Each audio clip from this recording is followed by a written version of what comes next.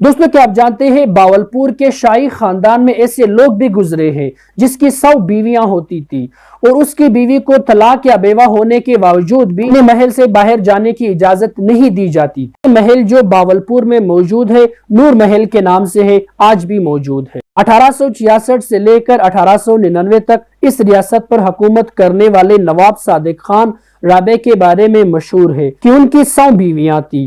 ان کے انتقال کے بعد ان کے صاحبزادے باول خان خامس ریاست کے نواب مقرر ہوئے تو انہوں نے اپنے والدین کو بھی مات دی۔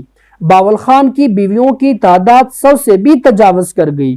ان میں سے 4 خاندانی، 2 انگلو انڈین، 1 انگریز اور 1 عراقی خاتون تھی۔ بڑے بڑے حرم رکھنے والے یہ نواب خواتین کے پردے کے معاملے میں انتہائی سخت مزاج واقع ہوئے تھے۔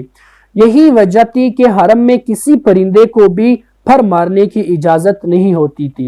حرم کی سیکورٹی اتنی سخت ہوتی تھی کہ دوہری فیصل قائم کی گئی تھی، یعنی حرم کے آگے ڈبل دیوار بنائی گئی تھی تاکہ کوئی بھی غیر شخص اندر داخل نہ ہو سکے۔